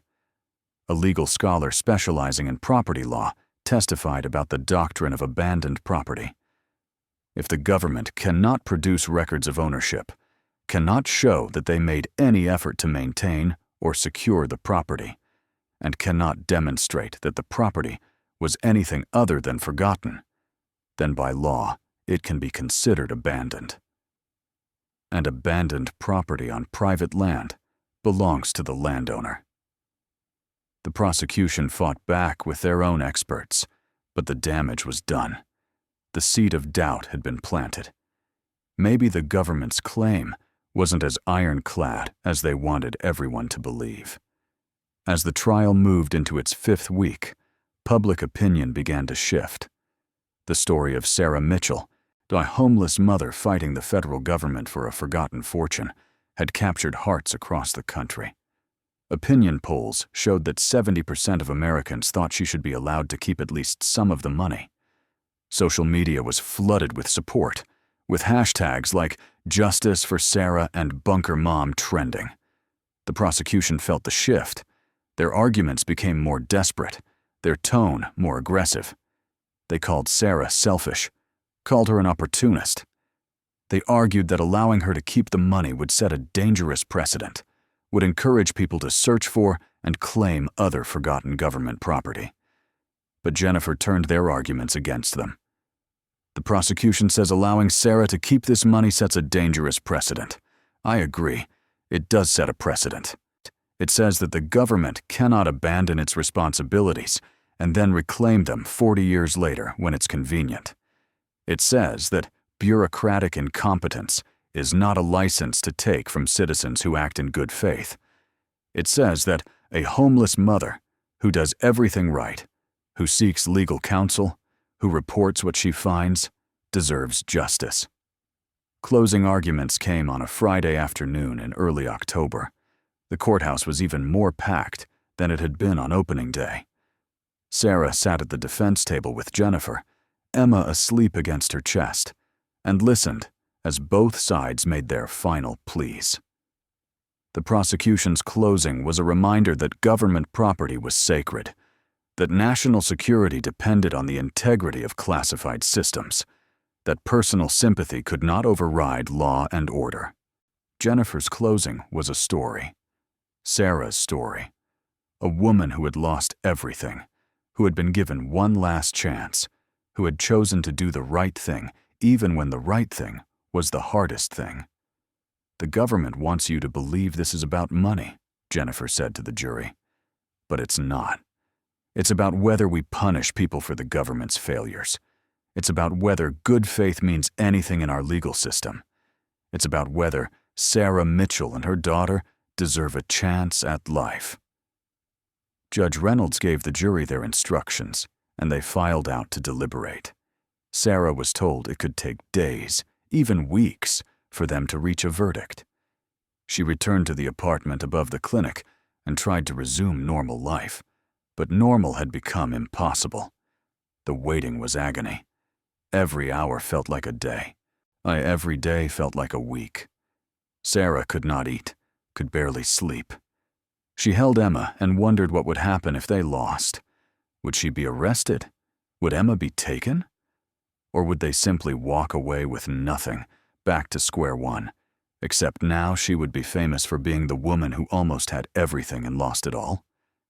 Dr. Monroe checked on her daily, bringing food, offering comfort. Jennifer called each evening with updates, though there were rarely any real updates to share. The jury was deliberating. That was all anyone knew. On the 4th day of deliberation, Sarah's phone rang at 3 in the afternoon. It was Jennifer, her voice tight with controlled excitement. "The jury's reached a verdict. We need to be at the courthouse in an hour." Sarah's hands shook so badly she could barely dress Emma. "Doctor." Monroe drove them to the courthouse, holding Sarah's hand when they arrived, and found the media circus had returned in force. The cameras, the reporters, the protesters, all of them converging on the courthouse steps. Inside, the courtroom was silent with anticipation. Sarah took her seat next to Jennifer, Emma in her arms because she could not bear to let her daughter go. Judge Reynolds entered, called the court to order, and asked if the jury had reached a verdict. The jury foreman, a middle-aged woman with kind eyes, stood. "We have, Your Honor. In the matter of the United States versus Sarah Mitchell, how do you find?" Sarah's heart hammered so hard she thought everyone in the courtroom must hear it. "We find in favor of the defendant." The courtroom erupted. Gasps, exclamations, the judge's gavel pounding for order. Sarah sat frozen, unable to process the words. In favor of the defendant, in favor of her. She had won, but the foreman was not done. "We further find that while the property originally belonged to the United States government, it was legally abandoned through negligence and lack of documentation. We find that Sarah Mitchell acted in good faith, reported her discovery properly, and has legal claim to the property as the owner of the land on which it was found." Judge Reynolds allowed the commotion to die down before speaking. "This court accepts the jury's verdict. However, given the extraordinary circumstances and the amounts involved, I am ordering a settlement conference between the parties. Ms. Mitchell has prevailed, but this court believes a negotiated settlement serves the interests of justice better than absolute victory for either side." Jennifer leaned over to Sarah and whispered, "This is good. This means they want to negotiate. We won, Sarah. We won." Sarah looked down at Emma, who was awake now, looking up at her mother with wide, curious eyes.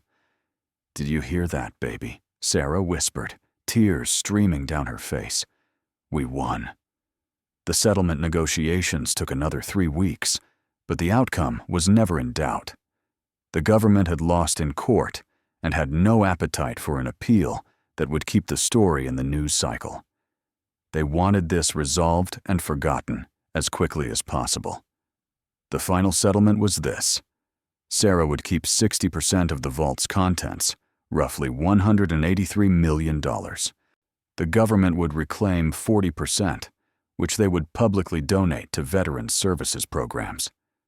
Sarah would pay taxes on her share, of course, but even after taxes, she would have enough wealth to transform her life beyond recognition. The agreement also included a provision that Sarah had insisted on, a full pardon for Clarence Mitchell. Whatever questions existed about his role in maintaining Site 47B, they would be answered with a statement that he had acted according to his understanding of his orders and deserved to be remembered with honor. When Jennifer called to tell her the settlement was finalized, Sarah was at work at the grocery store, stocking shelves in the quiet of the closed store. She sat down on the floor right there in aisle 3, surrounded by canned goods, and sobbed. Not from relief, though there was relief. Not from joy, though there was joy. But from the overwhelming weight of everything, from the months of terror and struggle, from the impossible journey from homeless shelter to here, sitting on a grocery store floor with more money than she could comprehend. The store manager, who had been kind to her from the beginning, found her there 20 minutes later. When Sarah explained what had happened, the woman started crying too. They sat together on that floor, 2 women who understood what it meant to struggle, and celebrated the fact that sometimes, just sometimes, the universe gave back. The actual transfer of money took weeks. There were accounts to set up, taxes to pay, lawyers to compensate. Jennifer's firm took their fee, which was substantial, but Sarah did not begrudge them a penny. They had fought for her when no one else would have. By early December, 3 months after the verdict, Sarah had access to her settlement. $147 million after taxes and fees. An amount so large it did not feel real. Her first action was to secure Emma's future. She set up a trust fund that would ensure her daughter never wanted for anything, Education, health care, opportunities. Whatever Emma needed, it would be there. Her second action was to find a home, not a mansion, not something ostentatious, but a real house, warm and safe, with a yard for Emma to play in as she grew. She found a modest 3-bedroom house on the edge of town, with good schools nearby and neighbors who seemed kind. She paid cash for it, and the day she got the keys, she sat on the floor of the empty living room and cried again. And her third action was to give back. She donated $2 million to the women's shelter where she had stayed with Emma, enough to expand their facilities, hire more staff, and help more women escape the kind of desperation Sarah had known. She endowed a scholarship fund at the local community college for single parents trying to get an education. She gave money to the clinic where Dr. Monroe worked, enough to provide free care for uninsured patients for years to come. The grocery store manager who had given her a job got an anonymous envelope with $50,000 and a note that said simply, "Thank you for being kind when it mattered most." As the news of the settlement spread, people's reactions were mixed. Most were happy for her, saw her story as proof that good things could happen to people who deserved them. But there were others, people who had dismissed her, who had looked down on her, who had to confront the fact that they had been wrong. The 2 men who had broken into the bunker, who had terrorized her for months, saw their leader Cray arrested for the break-ins. Sarah could have pushed for harsher charges, but she chose not to. She had won. They had lost. That was enough. The social worker, Karen, who had suggested foster care for Emma, sent Sarah a letter. It was brief but heartfelt. "I judged your situation without seeing your strength. I'm sorry, and I'm happy you proved me wrong." Sarah appreciated the apology more than she expected to. Her mother called. They had not spoken in 3 years, not since Sarah had been turned away from home. The conversation was awkward, painful. Her mother wanted to reconcile, wanted to be part of Sarah's life now that Sarah had money. Sarah listened to her mother's justifications and explanations and felt nothing but sadness. "I needed you when I had nothing," Sarah said quietly. "You turned me away. I don't need you now that I have everything. But I don't hate you either. I just don't know you anymore." She ended the call and blocked the number. Some bridges, once burned, could not be rebuilt. And that was okay. The town's reaction was more positive than Sarah had expected. Most people were proud that one of their own had won such an incredible victory.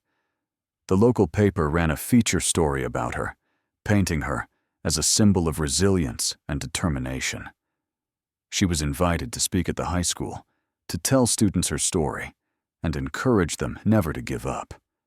Sarah declined most public appearances, but she accepted that one. She stood in front of an auditorium full of teenagers and told them the truth. "I'm not special," she said. "I was just desperate and lucky and stubborn. But if there's anything I learned, it's that you're worth fighting for. You're worth taking chances for. Don't let anyone, not your family, not society, not circumstances, tell you that you don't deserve a chance at life." The students gave her a standing ovation. Later, a girl approached her, maybe 16, with scared eyes and a pregnant belly. "I don't know what to do," the girl whispered. "My parents want me to give up the baby. They say I can't handle it." Sarah took her hand. "I was homeless with a newborn. If I can make it, you can too. And you don't have to do it alone anymore."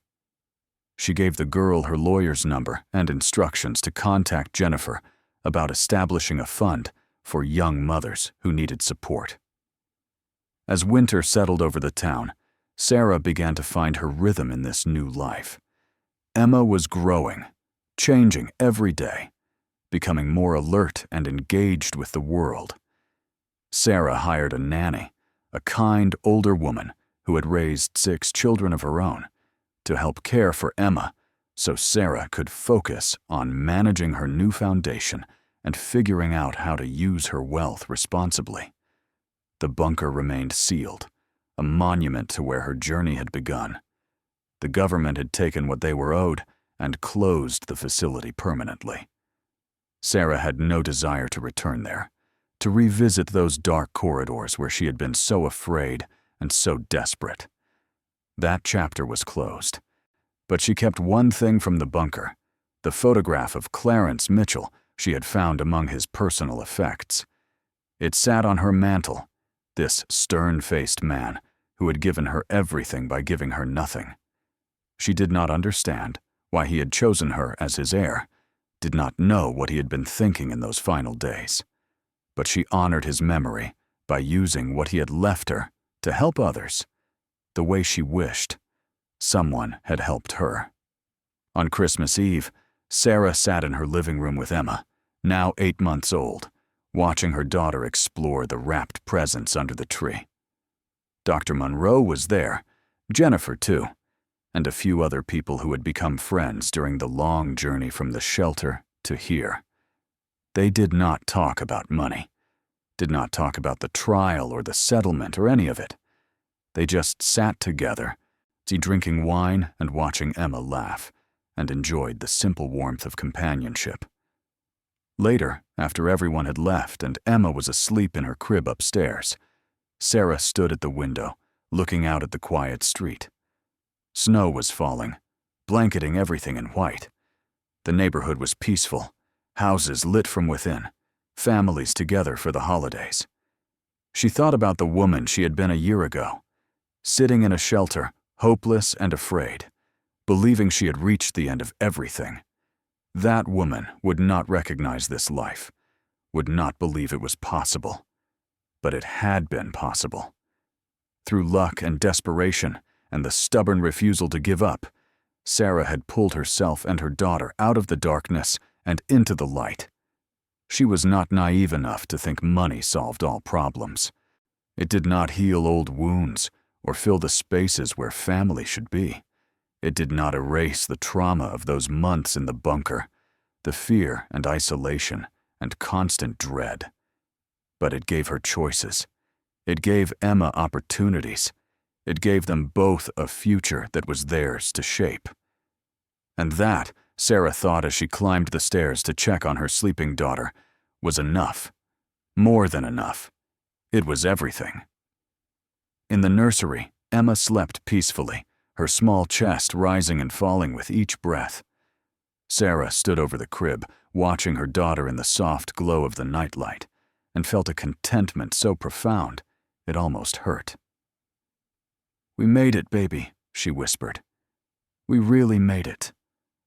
She thought about all the people who had doubted her, the ones who had looked at a homeless woman with a baby and seen only a problem, and only someone to pity or dismiss. She thought about the men who had broken into the bunker, believing they could intimidate her into giving up, about her mother, who had turned her away, about everyone who had underestimated her. They had all been wrong, and she had been right to fight. The journey had been impossible. The odds had been staggering. But Sarah Mitchell had faced it all and won. Not because she was special or lucky or destined for greatness, but because she had refused to quit. Because she had loved her daughter more than she feared the future. Because when life gave her an $800 bunker and a hidden fortune, she had been brave enough to claim both. She reached down and gently touched Emma's soft hair. Her daughter stirred, but did not wake. In the morning, they would open presents. In the weeks to come, or they would continue building their new life. And in the years ahead, when Emma was old enough to understand, Sarah would tell her this story, would tell her about the bunker and the vault and the long fight for justice. But tonight, in the quiet of Christmas Eve with snow falling outside and warmth filling the house, Sarah simply stood and watched her daughter sleep. Grateful, vindicated, at peace. The vault had held $305 million, But what Sarah had gained was worth far more than money. She had gained herself, her dignity, her future, her freedom. She had gained everything. Years later, when people asked Sarah about that time, about the trial and the settlement and the transformation of her life, she always gave the same answer. I was given an impossible choice. Take a risk on something everyone said was worthless, or accept the slow death of hopelessness. I chose to risk. And it turns out, sometimes the things everyone else dismisses are exactly what we need to survive. Emma grew up in that house, surrounded by love and stability. She never knew the shelter, never experienced the desperation that had defined her first days of life. Sarah made sure of that. But she also made sure Emma understood where they had come from, what they had survived. On Emma's 10th birthday, Sarah took her daughter to see the bunker. It was still there, the outer structure weathered and worn, though the government had welded the doors shut. They stood together in front of it, hand in hand. "This is where we lived when you were a baby," Sarah said. "This is where everything changed." Emma looked at the ugly concrete structure, tried to imagine her mother alone in the dark with an infant, and felt tears prick her eyes. "Were you scared?" "Terrified," Sarah admitted, "every single day. But I had you, and that made me braver than I ever thought I could be." They stood in silence for a while, honoring the memory of that time. Then Emma turned to her mother and smiled. "Thank you for not giving up." Sarah pulled her daughter close.